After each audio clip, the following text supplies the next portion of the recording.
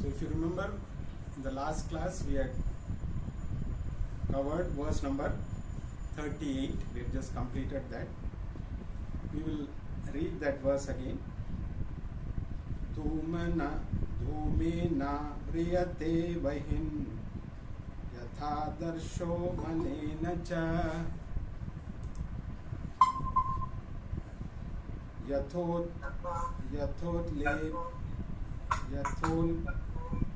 benamrito garbhas tatha tene damavritam na.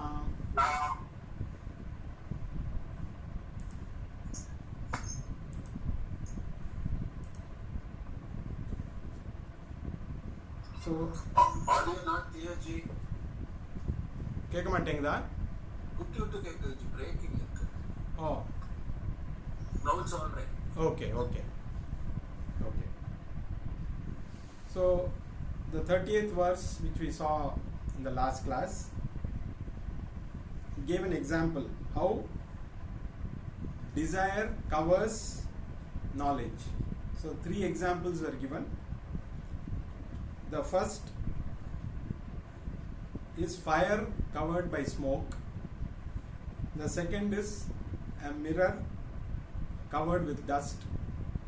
And the third is a fetus covered by the womb. So these are 3 examples which Krishna had given.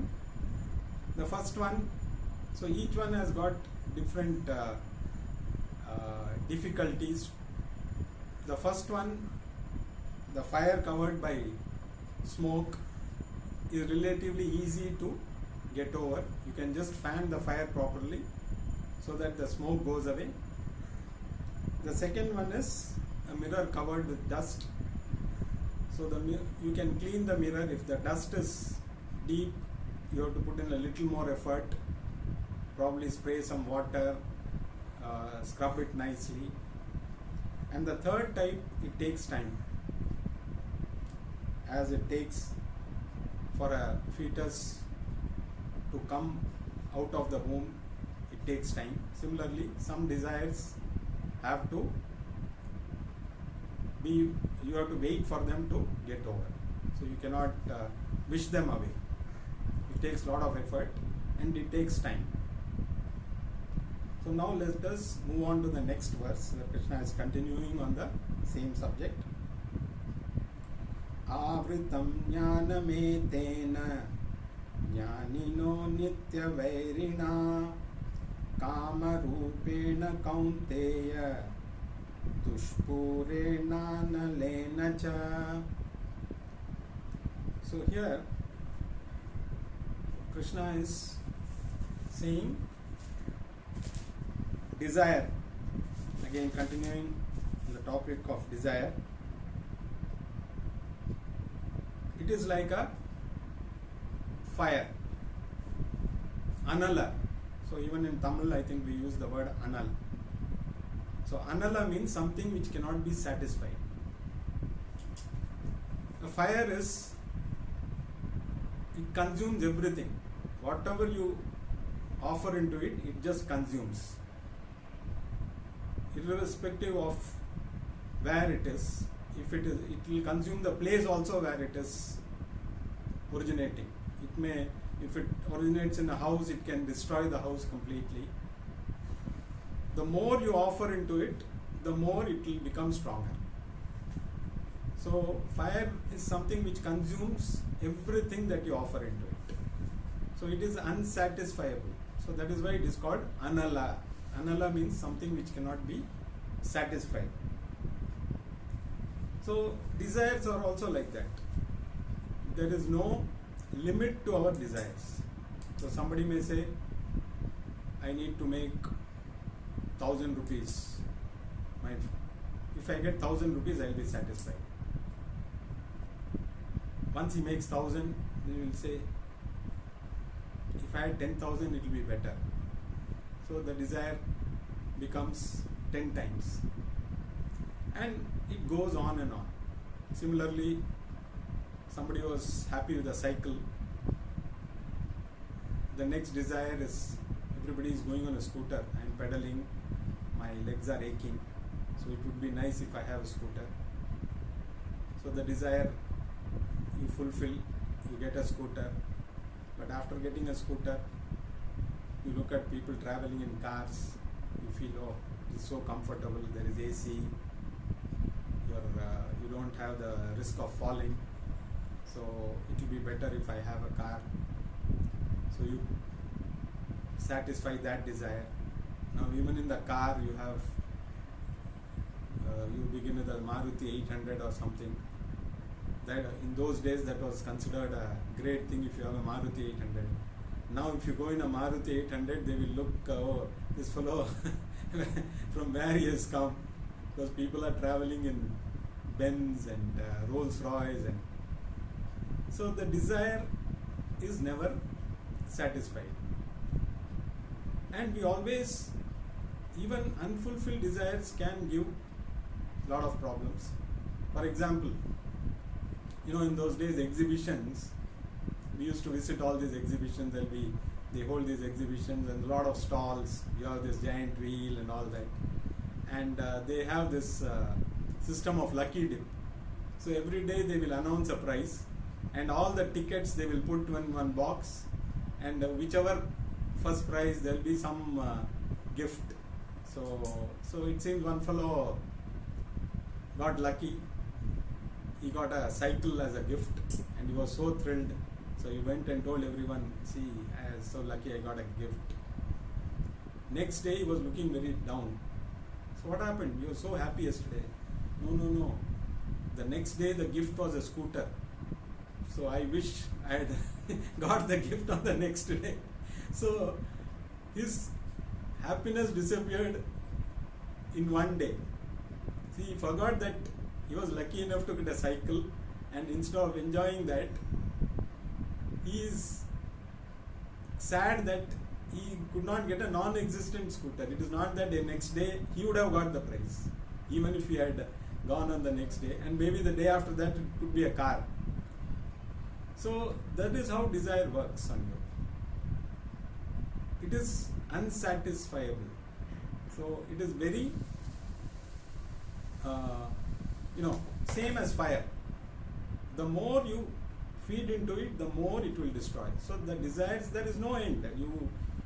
Nobody can say, okay, I have 10 desires, once I fulfill them, I am going to retire. That's what a lot of people say. But by the time the 10th desire comes, there are already another 100 waiting. We all know that. And that is natural. I mean, it's not something which is wrong. As long as these desires are dharmic, as long as they don't violate any dharma, there is nothing wrong in having desires. But then we have to reflect upon whether we need to satisfy all of them. Some basic desires need to be satisfied, but if we are able to manage our desires in a better way, we can slowly reduce the number of desires instead of getting carried away by every desire. So it is impossible to, if we go on fulfilling desires, there is no end. They will keep on accumulating, and at the end of the day, in the end of the life, there will be a few thousand desires left to be fulfilled, for which again you come back. So this cycle continues until you reach a stage where you decide, okay, I want to get out of this. So that is when we come to Gita study. But this desire, Krishna says, is a great problem for people who are studying Bhagavad Gita, because it is more of a problem for them for others. Now then you can say, then why study Bhagavad Gita? If that is going to become more of a problem, then let me not study. The difference is, let us take an example. Suppose somebody doesn't know he has got diabetes.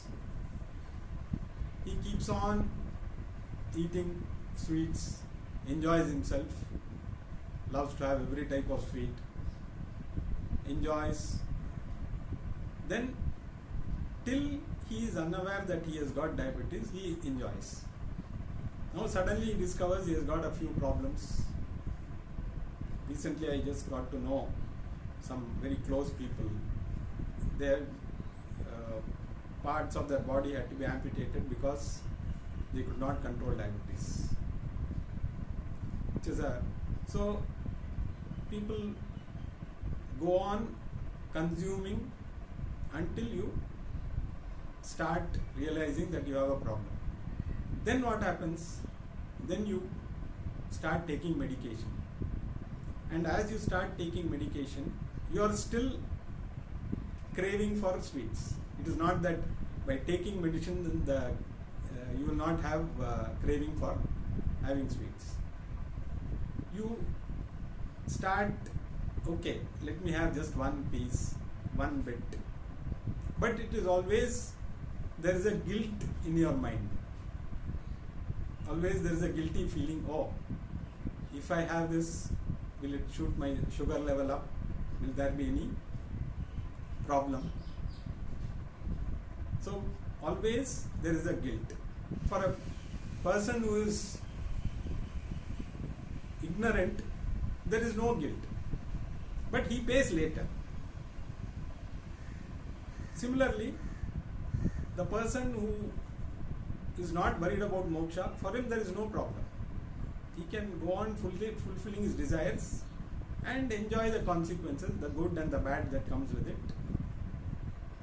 But once you feel, okay, there is a reason for my birth, the goal is to attain moksha, so I have to do Gita study.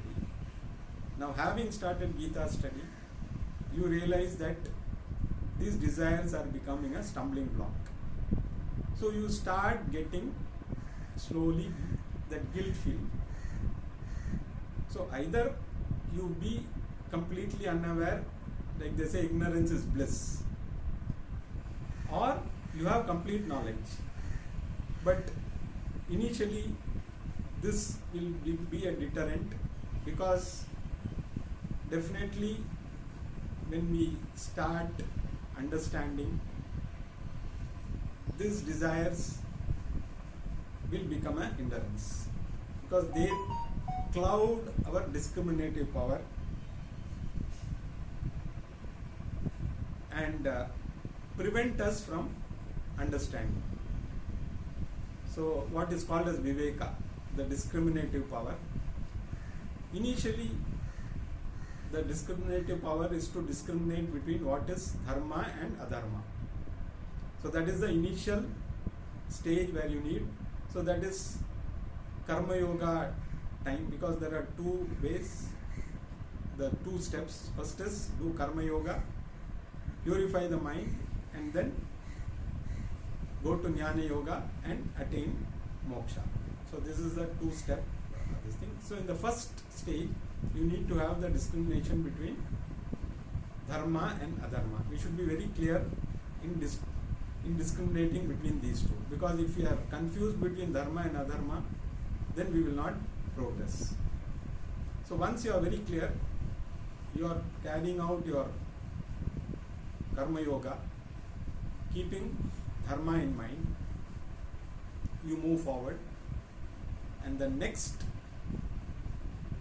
stage where you come to jnana yoga, again you need your viveka or discriminative power to understand what is permanent and impermanent,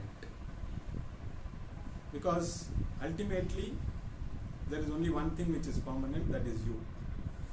So this discriminative power comes as we study Gita, we go through karma yoga, and ultimately with karma yoga we purify the mind by discriminating between dharma and adharma, and then in jnana yoga we use the discriminative power to understand what is permanent and impermanent. So these two, so the main wealth that one has is this discriminative power, and this actually is the only wealth that is going to take you to that goal. All the other wealth that we accumulate, even if somebody robs, you can again make it. But if somebody robs you of your discriminative power, then there is no hope of progressing in the right path.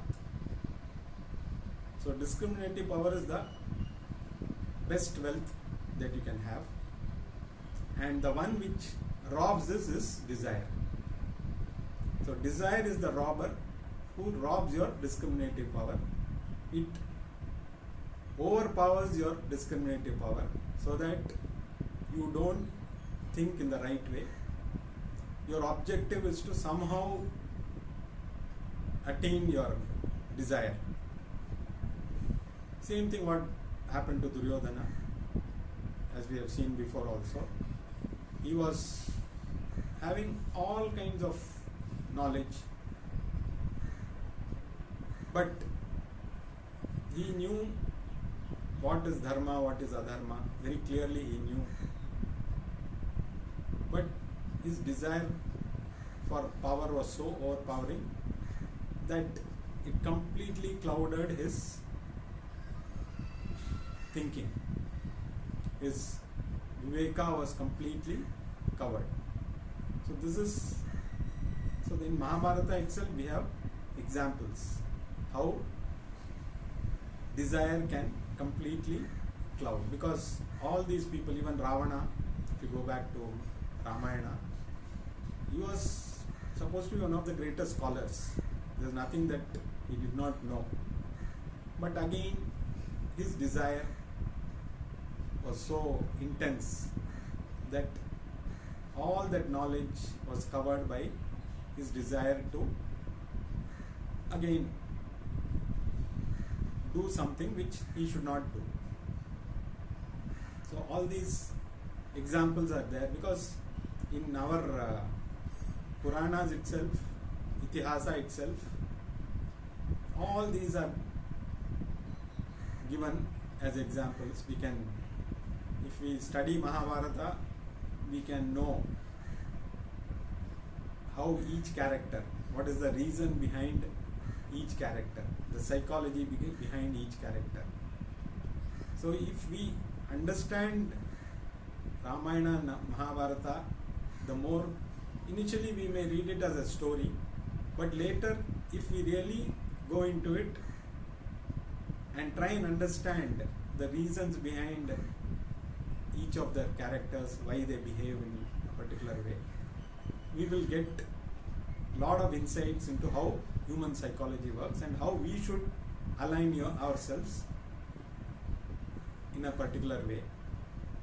So coming back again, desire is the root cause, and again not all desires, because there has to be desire, because without desire you will not function. Unless you have a desire to eat, you will not eat. Unless you have even for moksha, unless there is a desire, you will not be able to. But if you are overpowered by desires, trying to please every desire that you have, it is only going to cloud your discriminative power, and once you lose that, your progress is completely halted as far as spiritual growth is concerned. Now let us move on to the next verse, verse number 40. Indriyani mano buddhihi asyadhishthanamuchyate eter vihamoha yatyesha jnanamavritya dehinam. Now, where is this desire located? Now we understand that desire is the enemy, and our goal is to destroy this enemy. Now if you look at any war, when there are two nations fighting, they will have bases for carrying out their attacks. So they will, each nation will find a suitable place where they can store their ammunition, where they can refuel their aircraft or where they can park their ships. So they find bases from where they attack. Now, if the opposite party, instead of going directly and attacking them, if they know where the bases are, and instead of going and directly fighting, if they destroy their bases, the war is won. So the root cause, if it is removed, then the whole thing collapses. So same way, now this desire has got three bases. The first base is in our sense organs, because they are the ones who bring in the desire. You look at an object, or you listen to something, or you smell some good food, you feel the desire to have that. You are passing by a restaurant, you smell the smell of the food, it overpowers you, so you get in and you satisfy that desire. Or you listen to a nice music and then you have the desire to buy a CD, or in those days we used to buy cassettes, then CDs came. Now everything is available on YouTube, and so you don't need to buy anything now. So, and the way these advertisements tempt us, they last only for a few seconds, but they know how to first create that desire in you. So the first is creating the desire.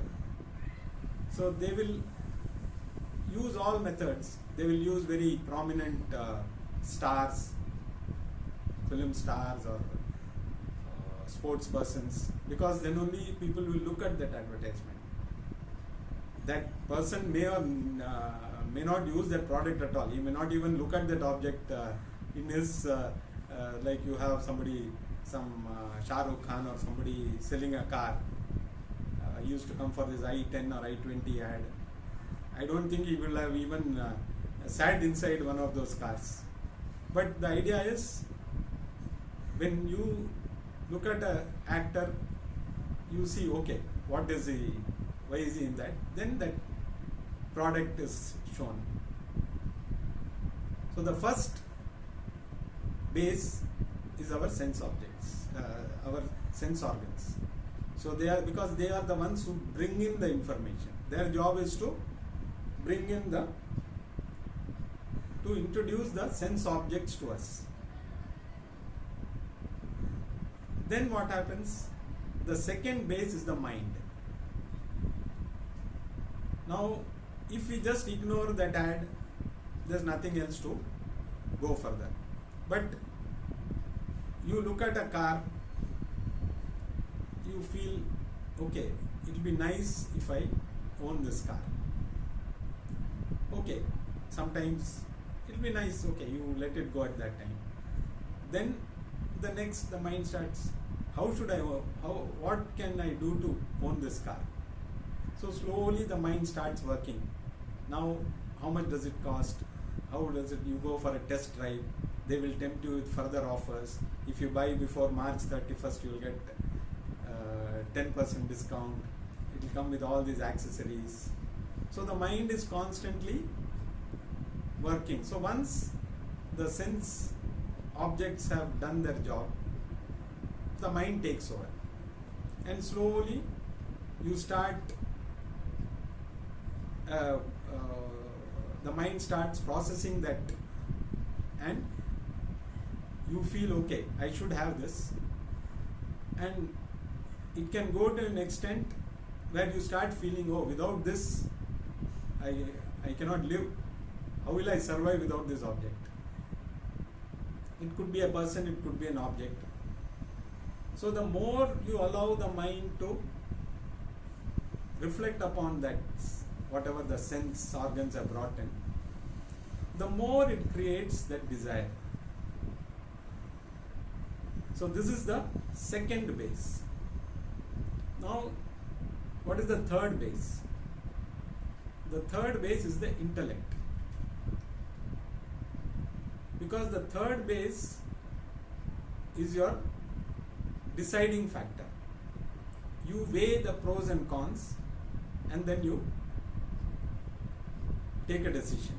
So the decisive part of the mind is the intellect. The mind by itself is something which is processing. But the ultimate decision lies with the intellect. Now, the intellect has to use its discriminative power. Do I need this? Do I have the resources to meet this desire? Now, if the desire is so strong that even if you don't have resources, you decide to somehow, without this I cannot survive. So you may take to means which are not lawful. So somebody may even steal a car because he is so taken up by the desire to own that he doesn't mind even stealing a car. So the intellect, once it gets clouded, you lose your power of reasoning and you go to the extent of doing unlawful things also, adharmic things also, like what happened with Duryodhana or Ravana. Because their desire was so strong, they gave way to that. They let the desire override their thinking power. So the three bases are the ones where this desire, kama and krodha, because they go together. So if we replace kama with krodha also, because ultimately the root cause of all anger is desire. So desire leads to anger, and anger destroys, because anger doesn't allow you to think rationally. So you are bound to make mistakes which will lead to disaster. So these three factors, these three bases are the ones where we have to, if we have to kill this enemy, if we have to remove this enemy called desire, then you have to ensure that all these three bases, because if you don't give importance to sense objects, then naturally the mind will not have anything to work upon. And if there's nothing to work upon for the mind, naturally the intellect doesn't have to take any decision. But is it easy to prevent the sense objects? Because your eyes, ears, nose, everything is looking outward. They are bound to come in. Initially itself we can use our discriminative power. First, you look at an object, you have to first understand whether you need it. Is it going to give you satisfaction? Is it going to fulfill whatever you are looking for? So basically, there are three defects in all these sense objects. The first defect is it gives rise to pain. To procure that or to get the object that you desire, you have to go through pain, because they say there is no gain without pain. So in procuring it, you have to go through pain. Having procured it, to maintain it, you have to go through pain. So maintenance of you buy a car, somehow you want to have a Rolls Royce or something. I don't know how much it costs, maybe 5 crores or 6 crores or whatever. somehow you have such a strong desire, you work hard, you earn that money and you bought it. Now having bought it, you need to take care of it. You need fuel to run that. So you have to ensure that you have enough money to run the car. And then all these expensive cars, the maintenance cost is very high. Even a small switch or some small object is broken, it may cost you as much as you buy a car of a lower quality. So one part will be equal to one, probably on Maruti 800. One part of a Rolls Royce may cost you as much as a Maruti 800. So maintenance also is a problem. So that will also give you pain. And by some chance you lose that, it becomes a bigger pain. So somehow you bought it, you are struggling to maintain it. Ultimately you realize that you are not able to maintain it. So with a heavy heart you decide to sell it. But after selling also, you are still crying. That pain is there. So I got it, but I am not able to have it with me. So these three defects are, so first one is pain. So three types of pain. Second one is dissatisfaction. So always there is dissatisfaction, like that example of the cycle that somebody got as a lucky dip. Having got it, he is dissatisfied because he realized that he could have got a scooter if it happened the next day. So always it comes with dissatisfaction, and then ultimately you start depending on it for your happiness. So you depend on external factor for your happiness, and if it doesn't go the way you want it, it leads to unhappiness. Unhappiness again leads to anger slowly, because as you become more and more unhappy, it leads to anger, and anger again destroys your discriminative power. So again and again Krishna is saying desire is the main enemy, and he attacks. So he has also given us, informed us about the three bases where this enemy is attacking from, and further he is going to tell us how to attack this enemy also. What is the ways and means? So it is not that he tells you, okay, this is a problem, now you solve it. He is also going to give you the ways and means to attack. So he is going to give you all the secrets about how to attack. Where are these bases? He has already told you. Now how to attack those bases so that you can ensure that that enemy doesn't come back and attack you. So desire or anger, both are one and the same, is the root cause for our spiritual progress. It is the main problem in spiritual progress. So the only way to have progress, like if you are not interested in progress, spiritual growth, there's no problem. You can always give vent to all your desires, go through, try and satisfy them to the extent, but ultimately you will pay at a later date. That is for sure. Otherwise, why should anybody come to Bhagavad Gita and study? So now, having realized that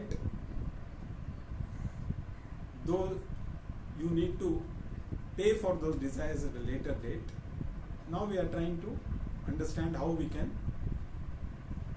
kill that enemy so that we can progress spiritually. So this is what Krishna is going to tell us from the next verse. Next